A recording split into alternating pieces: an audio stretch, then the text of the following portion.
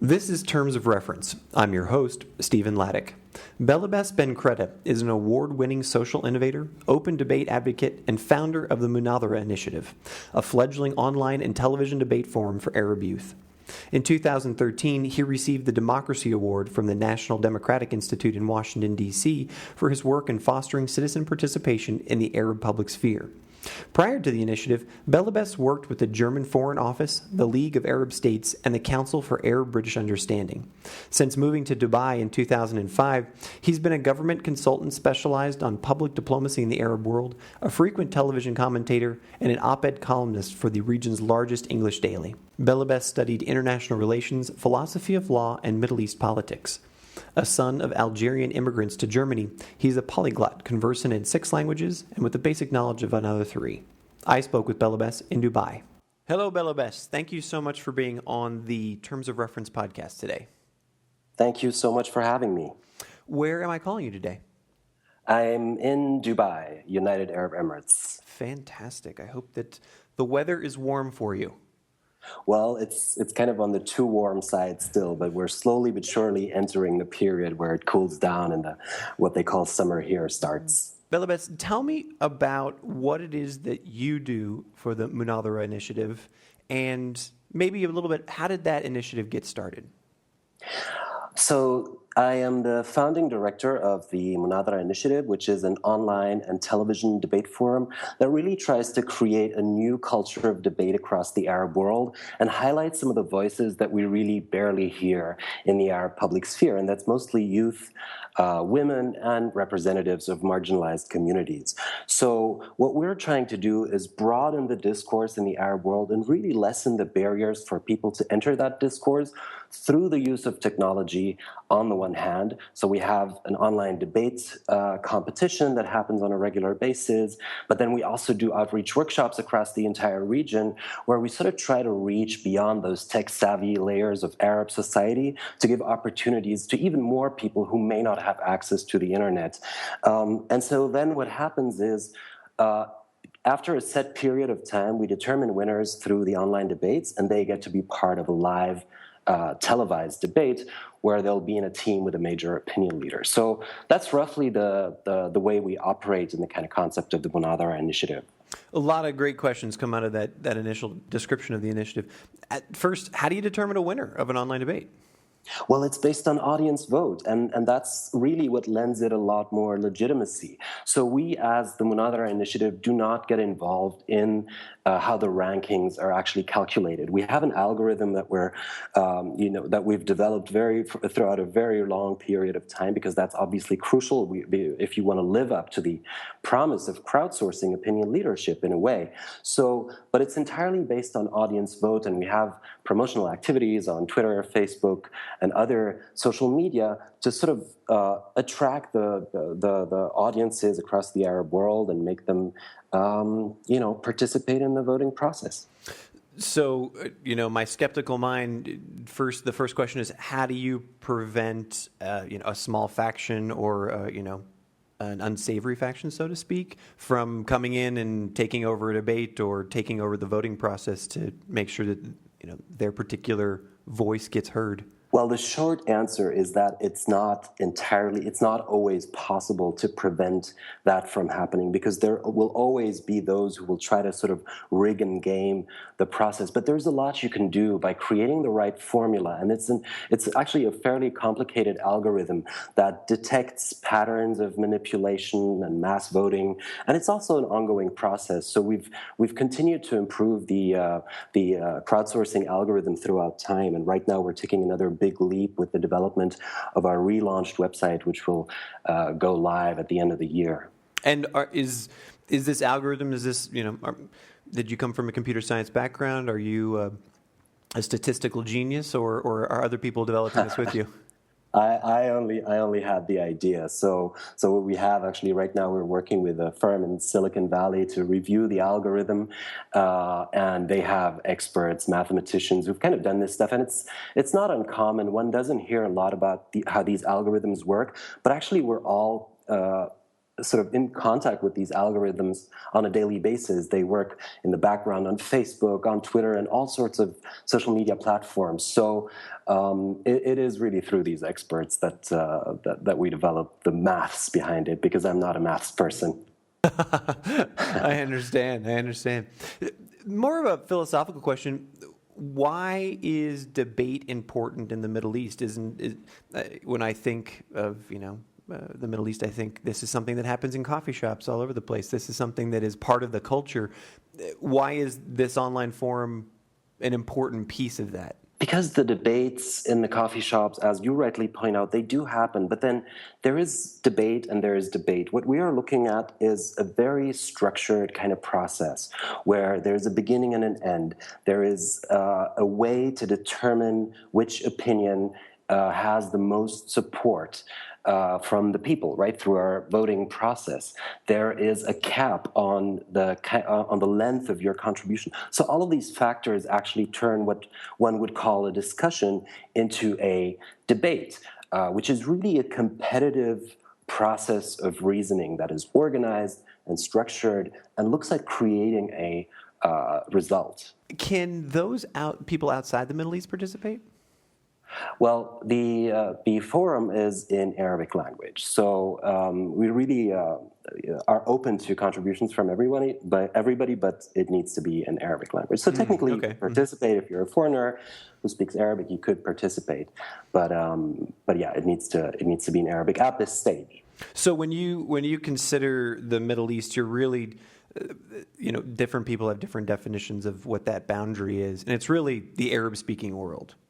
Exactly, yeah. For us, it would be the large majority of our participants would be in the 22 countries that are in the Arab League, I guess, if you will. But we've had also participants from, Arab origin, Europeans or Americans that have participated in our forum. So it really is, and that's also more reflective of sort of like web culture. We don't make it about boundaries or countries.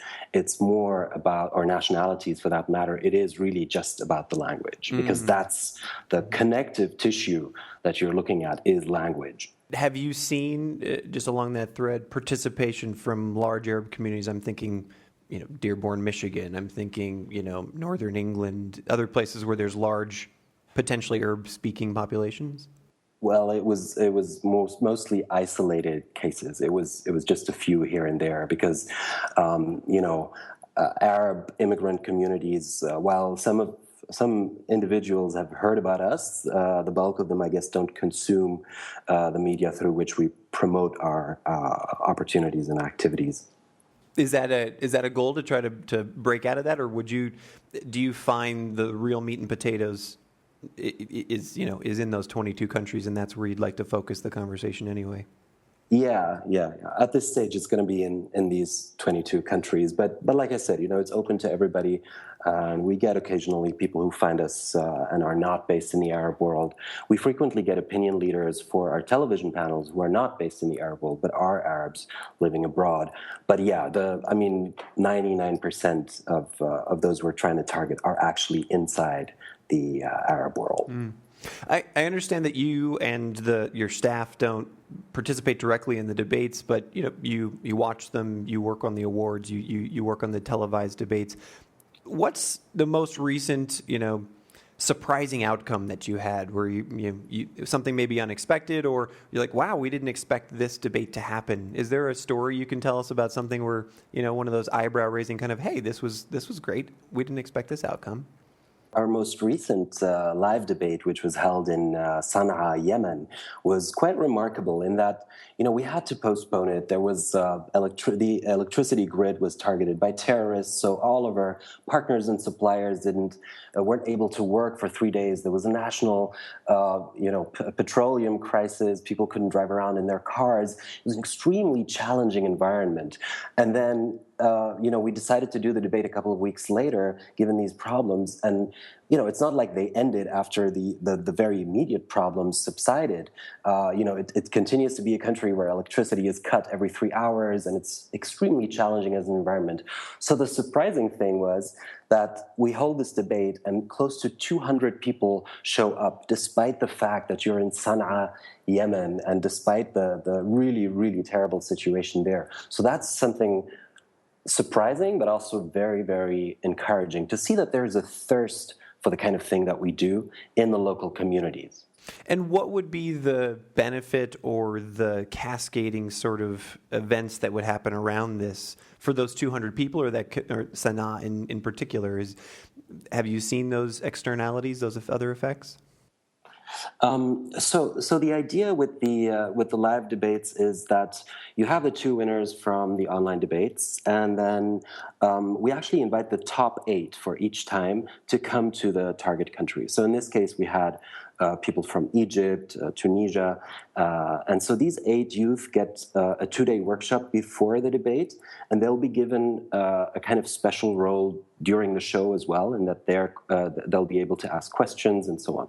And then for the remainder of the live audience, they interact with the program as well. So there's opportunities to ask questions, and that's really what local audiences look for. And the debaters themselves, have you found that not only does the experience embolden them, but do they then go back to their local communities and this is an empowering event for them as well? Oh, yeah. We've had really inspiring examples of youth who you would have never heard about. And then they go there, they're on TV, and, we've had, for example, Umayma is an 18-year-old girl from inside Tunisia. So probably the most unlikely voice to be heard because of her gender, because she's outside the major population center, and because she is young.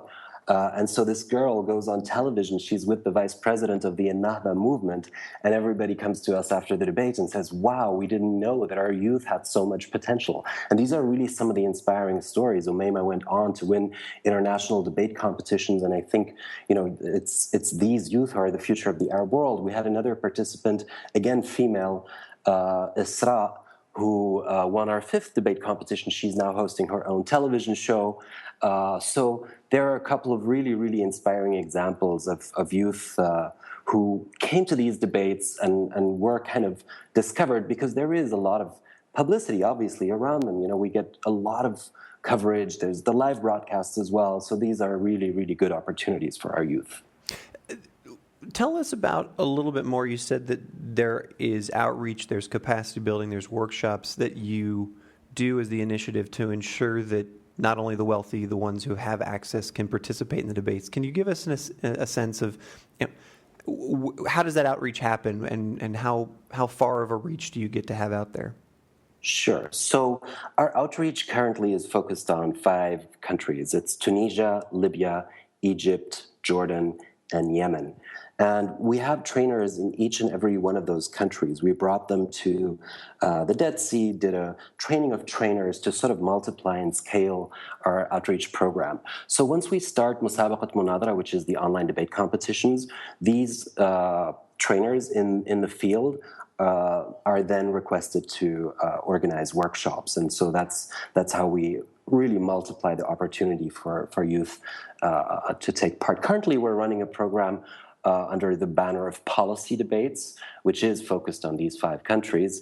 And if you look at our website right now, I think we're hitting a record of over 250 contributions. A lot of them are actually entirely organic, right? People who heard about us on Facebook or somewhere. But yeah, there is also a large number of those who we reached through our outreach workshops. We've also done work with the Sudanese youth. We've worked with Syrian refugees in Jordan and Turkey. So It's a pretty extensive kind of outreach program. I would say it's probably the largest operational component for the Munathara Initiative. And so this all started one day when you were sitting in Frankfurt. Tell us about the genesis. What was the moment? What was the spark where you said, this needs to happen? I was actually sitting in an office in Dubai, where I was a public diplomacy consultant for a number of years. So I was working in the private sector, the Arab Spring was in full spring, as it were. And I thought it was a very, very inspiring moment. And I started wondering about how the sudden spike in discourse, tech-enabled discourse, could be structured in a way that is more conducive to people coming together and really solving some of the challenges that the Arab world was facing. Because, we had this spike in free speech, but what did it really... It's not the solution as such. We need to look at ways of promoting a culture where we see opportunities in engaging with those that we disagree with. If we manage to implement that culture on a broad scale, then I think we can develop new ideas, very bold new ideas for all of these challenges that the Arab world is facing. So you wanted to engender critical thinking. What was your first step after you had the idea? How long did it take to put it together and get the first debate off the ground? What was the machinations of that? We actually held our first debate when Hosni Mubarak was still the president of Egypt. So it really, really happened quickly, and I was lucky to get the support from a couple of people around me who thought the idea was great. So we started what was then Dubai Debates, which is the predecessor of the Munathara Initiative. So we put on a debate within a matter of weeks, and at that time the big topic was the role of social media in the revolutions, in the Arab revolutions. So we got a couple of activists, had 2 cameras, about 10 people in the audience, but then the videos were viewed 20-something thousand times, right? So it was it was more like a test, kind of like a pilot, but we didn't expect it to meet that much resonance and interest. So we did Dubai Debates 2, 3, and 4, and that's why we still keep the DD hashtag. So now we're at DD 12 right now. So we did 4 debates in Dubai, and then there was a crackdown on NGOs in the UAE in early 2012, and then we moved it to Tunisia, which is when it became the Munathara Initiative. So tell me about those crackdowns. People listening from the Western world or from just anyone outside the Middle East, there's this assumption maybe that it's not so easy to operate in the Middle East, especially with something as forward-thinking as this. Tell us about some of the struggles you've had. You just said a crackdown. What other types of struggles and challenges have you had just maintaining and getting this off the ground? I mean, we're a grassroots citizen-driven forum, and that means that those who would like to control what is being said, or broadly speaking, the public discourse, are not very keen on seeing that kind of thing, because it's simply, there is no guarantee that the results of that discourse will be to your liking, right? So you're bound to face challenges. In our specific case, we were generously supported by the Konrad Adenauer Foundation and CNN International as the Dubai Debates. And the Konrad Adenauer Foundation, along with a couple of other NGOs, was asked to leave the UAE. And so we had to suspend the Dubai Debates and move it to Tunisia. And frankly speaking, the region still, if you look broadly at the Arab world, is not a great place to run a nonprofit. But Tunisia arguably has the most conducive environment to the kind of thing we do. And we have an office there, which is institutionally supported by the European Union. So that's a long-term kind of thing. And I'm very happy that we have the Tunisia base, but the organization, I think I mentioned this, is actually registered in Virginia in the United States. Okay. So along those lines, tell me about security. Have you ever had a security issue, or you personally? You're the founder and the public face of this initiative. Does that ever cause you concern? I personally haven't faced any difficulties regarding my personal security, but security is always a concern. For example, when we did a debate about the future of Syria last summer, security was a major issue because speaking out publicly and maybe saying, speaking out against the Bashar al-Assad regime, for example, is something obviously very dangerous, even if you're a refugee in Turkey, a Syrian refugee in Turkey, because you still have family somewhere in Syria. So actually we ended up, for the first time and the only time so far, allowing blurred faces because people were afraid for their own security. But I think it was still important to highlight these voices. So obviously security remains a concern. We're hoping to do another debate in November in Sana'a, for example, but as things stand right now, it doesn't look very likely that is going to happen. But the beauty of the Pan-Arab scope, the Pan-Arab geographical scope of our organization is, of course, that we can hold the online debates and then do the live debate wherever it is going to be possible. What's the single greatest challenge that you face when you're putting a debate together? Is it selecting the topic? Is it selecting the venue? Is it garnering the support? Is it bringing the contributions together to be able to select the winners? What's the single greatest challenge? Well, perhaps surprisingly, I think one of the big challenges is the very concept of debate. It's not very common, it's not very widespread in the Arab world. So you present a motion, for example, and because it has a statement kind of format, like our motion right now, which is for DD12, which is Arabs want security before rights and freedoms. So you always get those who will misunderstand this and accuse, if you will, the organization of advocating for a certain position, which it isn't trying to do. Mm-hmm. But that's definitely a challenge that we have to work on, and it's not gonna be solved overnight. This is a process. We're introducing a very new kind of concept to the region, and not only are we introducing debate as a new concept, but our take on debate is actually very different from the classic notion. So this is obviously a challenge. So there's a lot of kind of educational work, almost, if you will, that's being done in the background. How do you keep this thing alive? Where do your funds come from, and how much of your time is spent raising funds to get these debates going? So a lot of our funds have come from Washington, U.S. government-related funds. We're also operating right now a fairly large program through the Federal Foreign Office of Germany, but we've had various supporters, including the Robert Bosch Foundation. As I said, the European Union is providing institutional funding through its European Endowment for Democracy mechanism.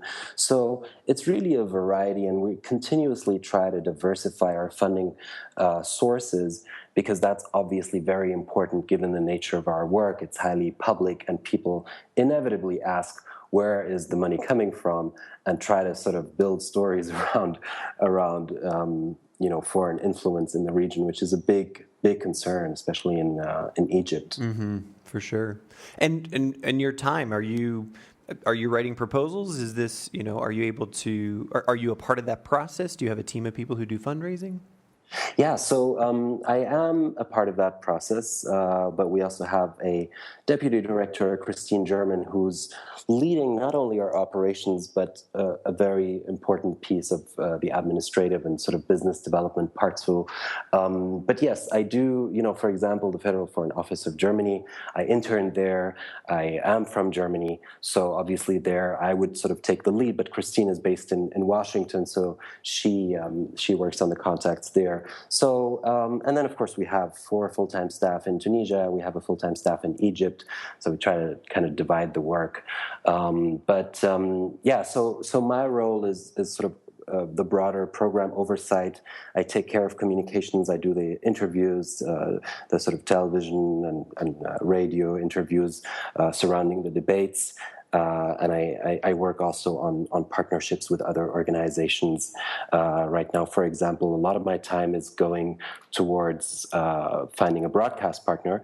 We're looking at, instead of broadcasting the debates on a different TV station each time, we're actually looking to create a long-term kind of partnership with one Pan-Arab television station. So that's something I've been quite busy with. I was in Doha, among others, to look at potential partners. Is this something that Al Jazeera or somebody might be interested in?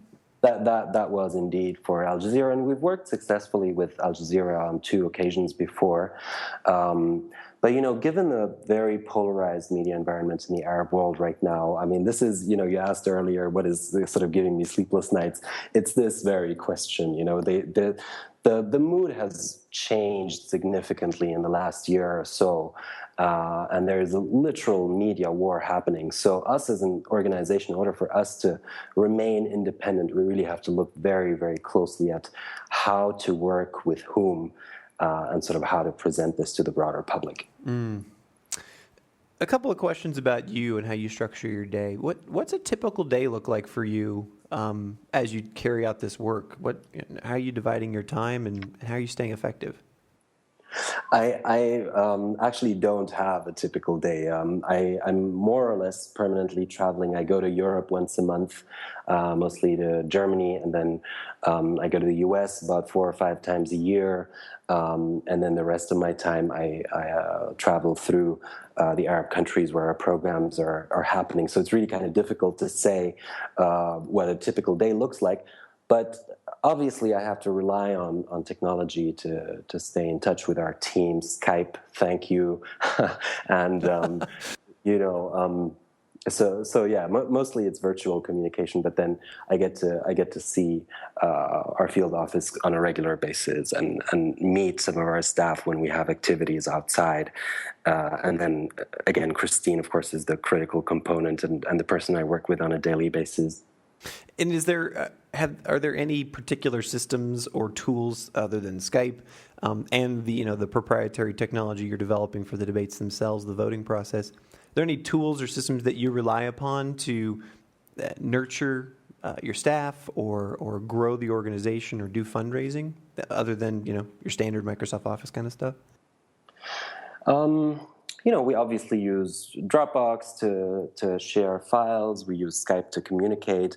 We use the Google Drives to exchange and keep spreadsheets updated and other documents.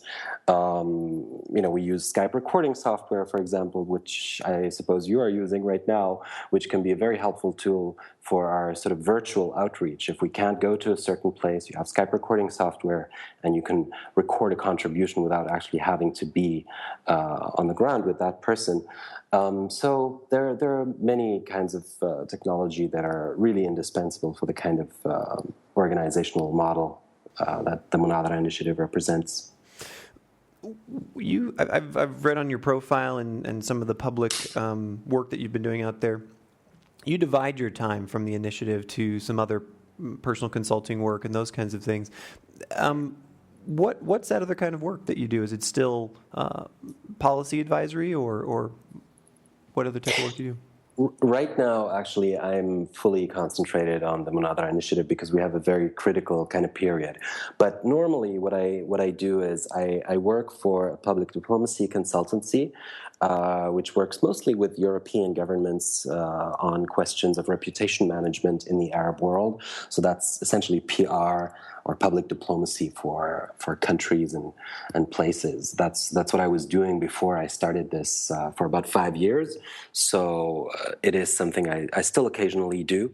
I write. I have a column with a newspaper here in the region, and there are a couple of other sort of initiatives I'm involved in. We just launched the Candid Foundation in Berlin, a couple of friends and I, which is another nonprofit that I'm involved in. So there are quite a few things. It tends to get quite busy. And what's the next 5 years look like for you? Is it, you see yourself continuing with the initiative to continue to grow and nurture that, or you just said the Candid Foundation? Where do you see yourself going? More immediately, what we'd like to do with the Munathara Initiative is get it to a situation where it's sort of scaled and operates independently through various proxies across the region. We have the Tunis office. Our plan is to open a Jordan office hopefully next year. And then we increasingly want to rely more on the technology and encourage sort of grassroots efforts in the field to advance our debates, because really we see ourselves as a facilitator. So in an ideal setup, we would sort of define the parameters of the discourse that we believe in, offer the technology and facilitate the kind of debates, but then not get involved too much around that. So that's the idea. Operationally speaking, we're hoping to look at for-profit models for the Munathara Initiative, simply because that is the more sustainable approach. So there's a couple of ideas that we're working on, and we're looking at a strategy that would sort of make us independent of the grants and donors. My last question for you is one that I ask every guest here in terms of reference. You are something of a fire starter. You had this initiative idea, and it's now grown into, let's call it a global forum that's focused in a region, but something that anybody can access. But this isn't where you came from. You've been affecting society without necessarily intending to do so initially.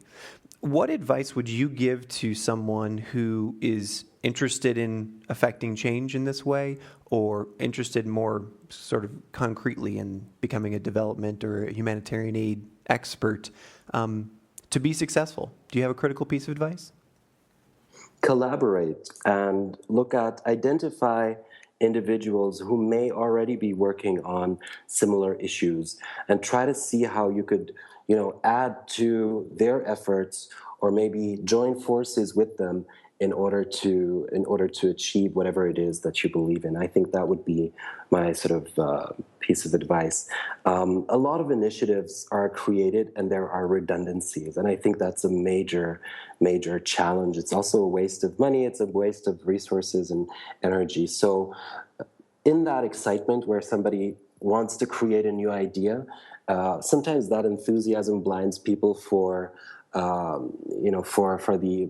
what is already out there. So my advice is to really look very, very closely at what other people are doing, and a lot of the times, it's really the better way is to join forces with them and then add your touch to whatever that initiative is. Belabbes, thanks so much for your time today. Thank you so much, Stephen. You've been listening to the Terms of Reference podcast from Aidpreneur.com. Subscribe to us on iTunes.